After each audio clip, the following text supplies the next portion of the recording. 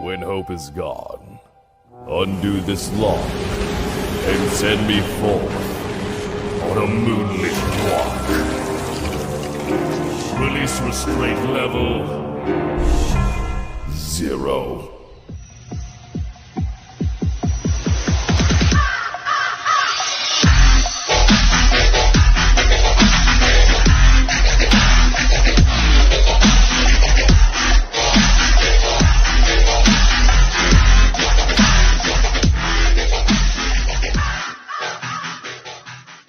Hey kids, wanna see a dead body?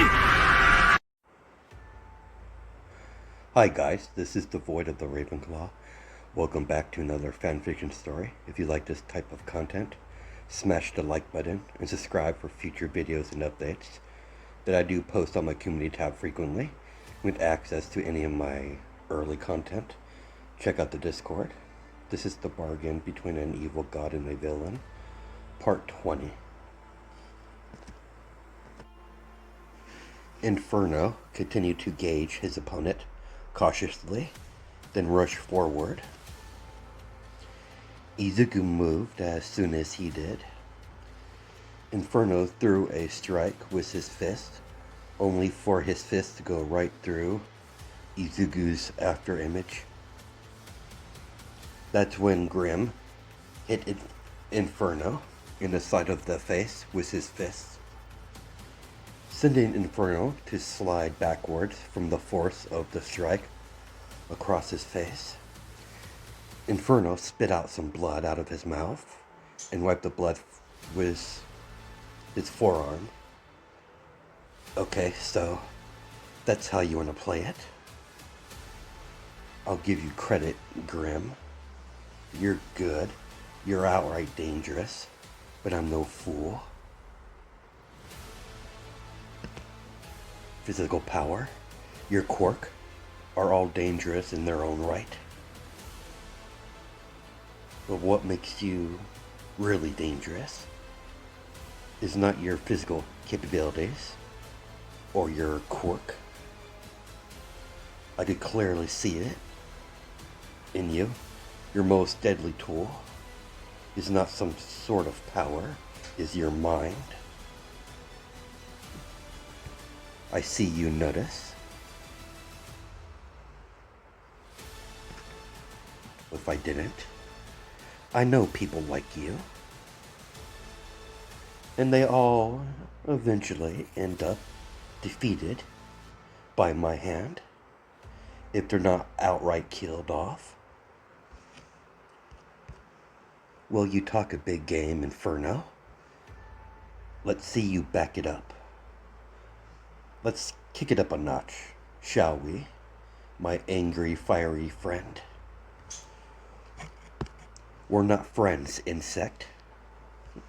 Semantics, my friend, semantics. The crowd could sense the tension that's about to erupt.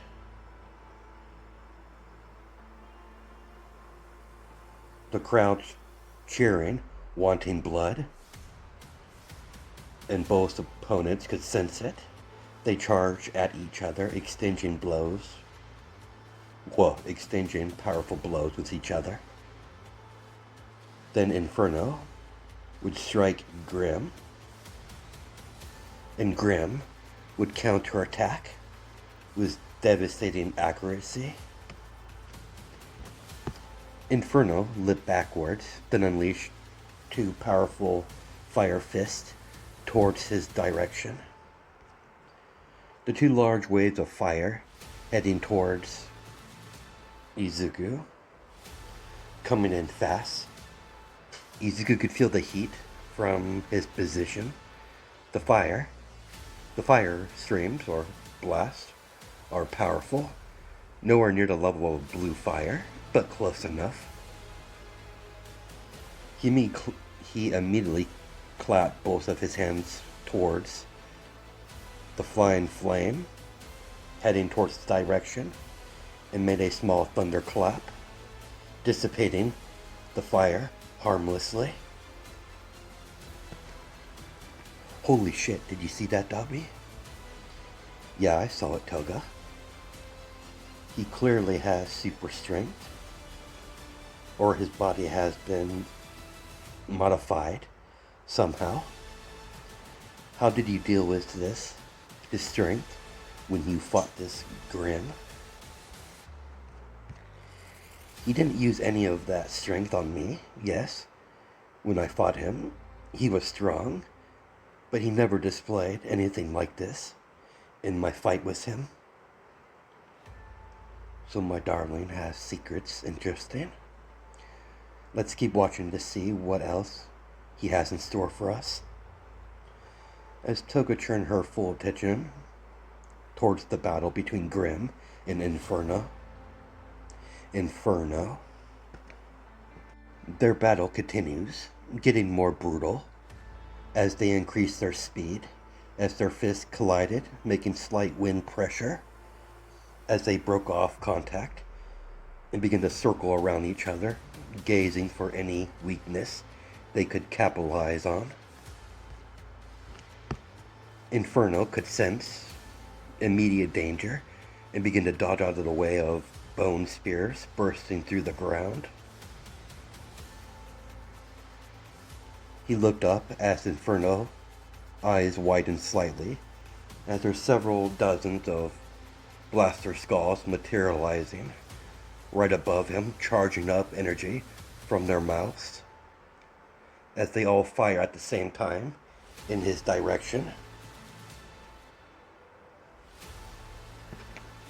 Finger, a dozen more of the miniature-sized blaster skulls materialize and open fire, joining the rest of the beams of energy towards Inferno. Inferno threw out both of his hands outwards and unleashing the most powerful and condensed wave of fire he's ever produced from both of his hands outwards towards the barrage of energy beams flying towards his direction from right above him. Both attacks collide with each other with devastating force that the two separate type of energy begins to grind against each other. Fire try to overtake pure green energy, but the beam of energy that came from the blaster skulls is not easy to overtake. The beam of energy, energy is to condense. Instead of the fire and energy trying to overtake each other, there was a chain reaction occurred. The combination between fire and energy slowly began to form into pure plasma energy. Izuku immediately senses the greater danger, the greater threat, cut off his attack, but it was already too late. He immediately slammed his hand onto the arena ground as a thick bone dome engulfed Izuku inside. Inferno got himself to brace himself.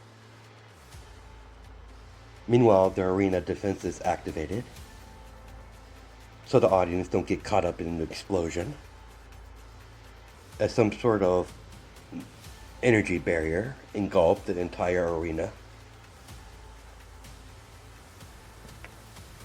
Ball of energy begin to shift colors between green and red until the entire thing was unstable, as both energies turned pure purple. Then the orb became unstable in a small plasma explosion, making large creation of wind pressure blowing everywhere. When the smoke cleared, Inferno was completely unconscious. Meanwhile, the half-destroyed bone dome was crumbling from taking the force of the explosion, begin to fall and crumple and dissipate into bone particles. Izuku was still breathing normally. To the naked eye, he looks calm and collected, but that took a lot out of him. Maintaining and repairing that large bone dome was taxing even on him, but he already recovered what he spent already. His quirk is pretty much converted to magic. This planet has plenty of magic to draw from. He recovered more magic than he could use during that attack.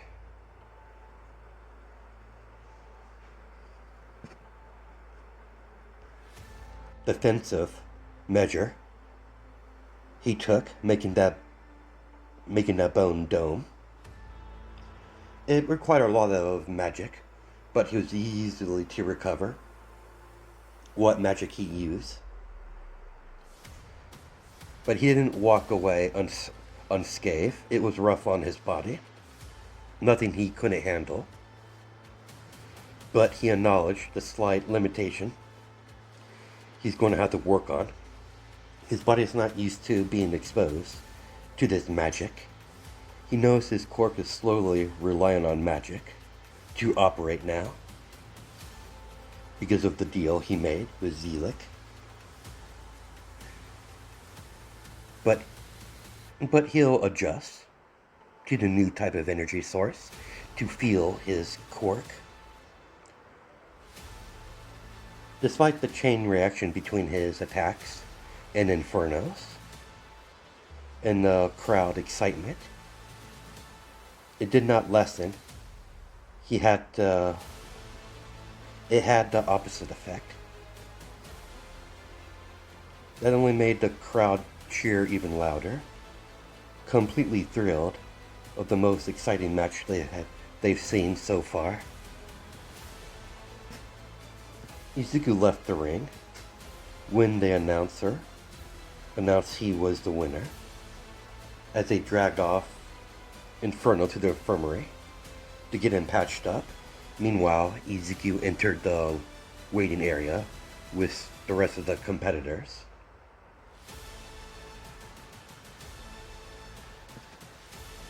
If Izuku didn't have a target on his back before, he certainly does now. The moment he entered the waiting area of the room with the rest of the competitors, everyone's eyes turned up to him when he entered.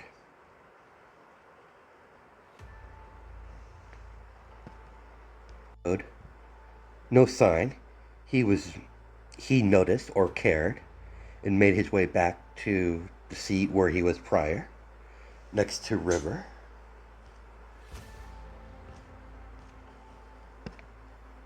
I gotta say, man, that match was fucking awesome.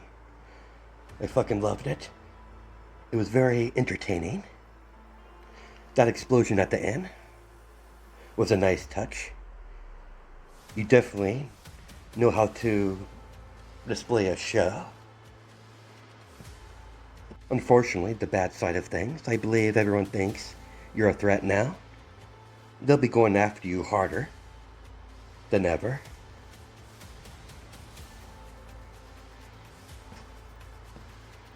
If they fight against you, good. I wasn't expecting that chain reaction, but it's a good to know. My energy beam could be used with a high cadence fire attack. In case I ever worked with a fire user, that combination would be most useful. You crack me up. You just witnessed a devastating, deadly drawback of two separate quirks. Instead of being cautious, you're strategizing, making it into a combination attack. You definitely don't make things boring. Izuku listened to the announcement over the intercom, informing there's going to be a slight break. They have to repair the ring from the last battle. They will continue the semi-finals shortly. It only took them an hour or two to get the ring repaired and prepare for the next match. Izuku paid attention to each match. None of them was any of the big hitters. Just normal small fry. It wasn't very entertaining compared to the match he was in earlier. There's going to be several more matches before the finals even start. Let's get a bite to eat. Izuku followed River out of the waiting area into the bar and sat down at one of the tables and ordered some food. When the semifinals end, things are going to heat up in the finals. And how things are looking so far, all the stronger opponents will be the only ones left to fight. Scarlet, that mysterious woman, with the white blank mask. Myself, you, the electric bastard. And that super aggressive blonde Apex. Let's only leave one person out, the champion. What do you mean? The reigning champion don't fight during the tournament, doesn't take part in the normal matches with the rest of the competitors. The competitor that wins the tournament gets a chance to fight the champion one-on-one, him or herself, in a one-on-one battle. He's powerful. I've only seen him fight a couple times. We'll just have to see about that when I cross that bridge. After they ate, they made their way back into the waiting area with the rest of the competitors. Izuku begins to pay attention to the matches that could be seen on the large monitor in the room. The matches didn't last long, as the semi-finals come to an end finally. As they begin to announce the finals will commence shortly. About time the finals came, I was getting bored, as everyone in the waiting area heard the announcements, as they immediately called out the names for the first match of the finals. Well, it looks like you're fighting the first match. Lucky you, Mr. Spooky. If anything, this will definitely be entertaining. I have no doubt it will be most illuminating and probably entertaining for you. Izuku got up and began to walk towards the ring. Alex joined him, walking beside him. I've been looking forward to this match. Grim, was it? You're good. You're very good. But your power is... quirk. It reminds me of someone. The skull design's different, but the power are strikingly similar. To see someone with such a similar quirk, how fascinating. What can I say? The world is filled with people with similar quirks. No reason to overthink it. No reason to overthink things. You're probably right. Izuku and Alex stand on the opposite side of the ring, facing each other. Grim and Alex charge forward at the same time. The moment the match started, they went into a brief exchange with each other, testing the waters. Izuku is implementing a different fighting style than he did when he fought Alex earlier, when he was acting like a normal citizen. They both disengage with each other, leaping backwards. The moment their feet touch the arena ground, they leap forward once again. Alex came in high with a kick. Izuku blocked the kick with his forearm, then threw out an elbow strike. That's when Alex caught the elbow strike into his palm, blocking the attempt. They separated once again by hopping backwards a few times.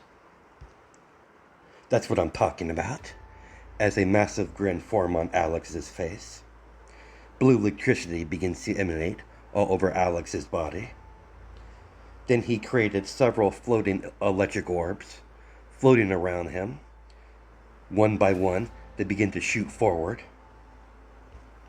Izuku dodged the first electric orb, but when that electric orb made contact with the ground, it detonated into an electric explosion.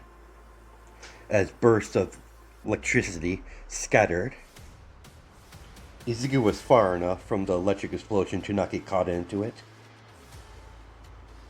He wasn't affected by the electricity, but he had to dodge more of the electric exploding orbs. When he found himself surrounded on all sides by all of the floating electric orbs, he released a small pulse of green energy that collided with all the electric orbs. Izuku created a large blaster skull and leaped into the mouth as the mouth chomped down, shielding Izuku from the multiple electric explosions that begins to discharge all over the ring. Alex, on the other hand, wasn't worried about his own attacks. He just reabsorbed the electricity, so he's not bothered by the multiple electrical explosions going off around him in rapid succession. When the electric exploding orbs finally die down, he stepped out of the mouth of the blaster skull as the blaster skull begins to dissipate into bone particles behind him. Nice little trick you got there. To think you walked away unharmed by my electrical barrage.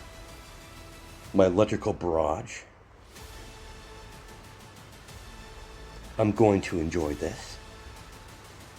Shall we continue then, my friend? You don't have to ask me twice.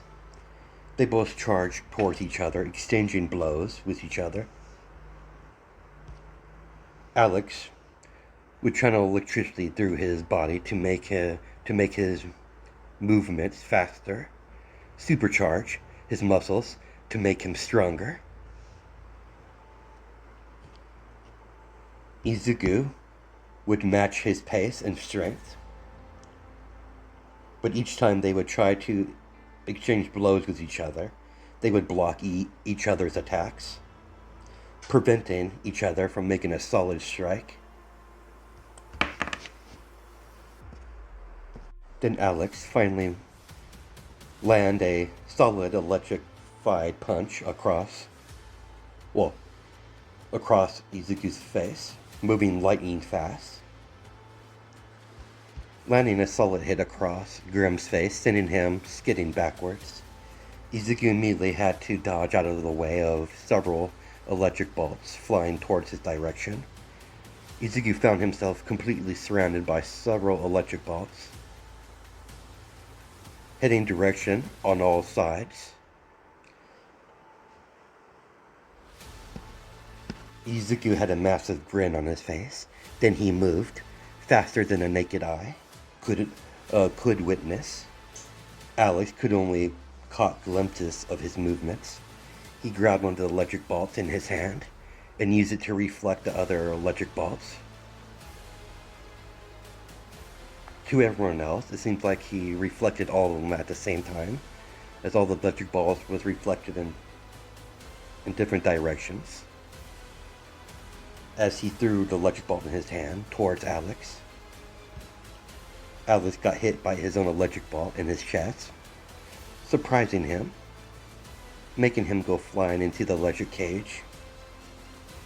Alex casually got up, absorbing all the outside electricity. Automatically, he took no damage from the bolt itself, but the force of the bolt did hurt him slightly. As Alex whistled, I didn't expect you to grab one of my electric bolts and to use that electric bolt to reflect the other ones, then throw it right back at me. Most impressive. I might not be able to see all of it, but I saw enough to know what you did. I think it's time to throw away the kid gloves. There's a large amount of electricity charged through Alex's body, making it visible and making his hair spike up and glow slightly. Izuku activated his boost mode as the skull mask on his face, in the middle of the forehead, opened up in the shape of a diamond-shaped hole. That hole was immediately filled with a green-shaped diamond. Well, not diamond, but crystal. Glowing bright green. Izuku's eyes begin to glow bright green. As the two raging turbo modes clash with each other from their aura alone,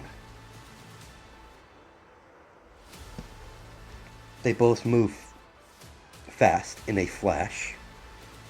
Then everyone could hear a loud thunderclap could be heard from their fists colliding with each other. Punch, each kick collided with each other, creating wind pressure. Izuku dodged a electric fist, caught him by the wrist, and threw him over his shoulder, slamming Alex onto the ground. Izuku slammed his fist towards Alex, who was still on the ground. He managed to roll out of the way. As Izuku's fist hit the ground where Alex was laying prior from his rolling out of the way. Before Alex could get up fully, Izuku slammed a kick into his stomach, sent him crashing into the ground like a rag doll.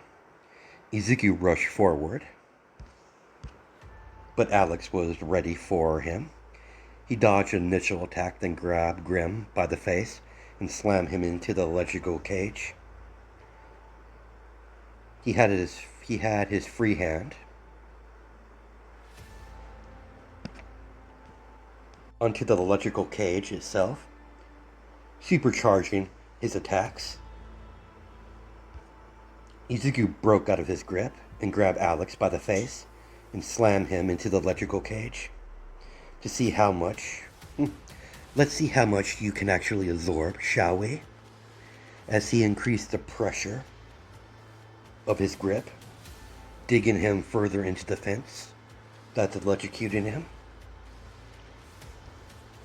Alex managed to elbow Grim in the face, then kick him away. They both rushed towards each other again, only for a huge warp gate to appear between them. As similar warp gates begin to appear all over the arena outside of the ring, as a low-tier Nomu came out of the warp gate in the middle of the ring, came out swinging his fist towards Alex, and that's where we're going to stop it for now. I'll catch you guys in the next part.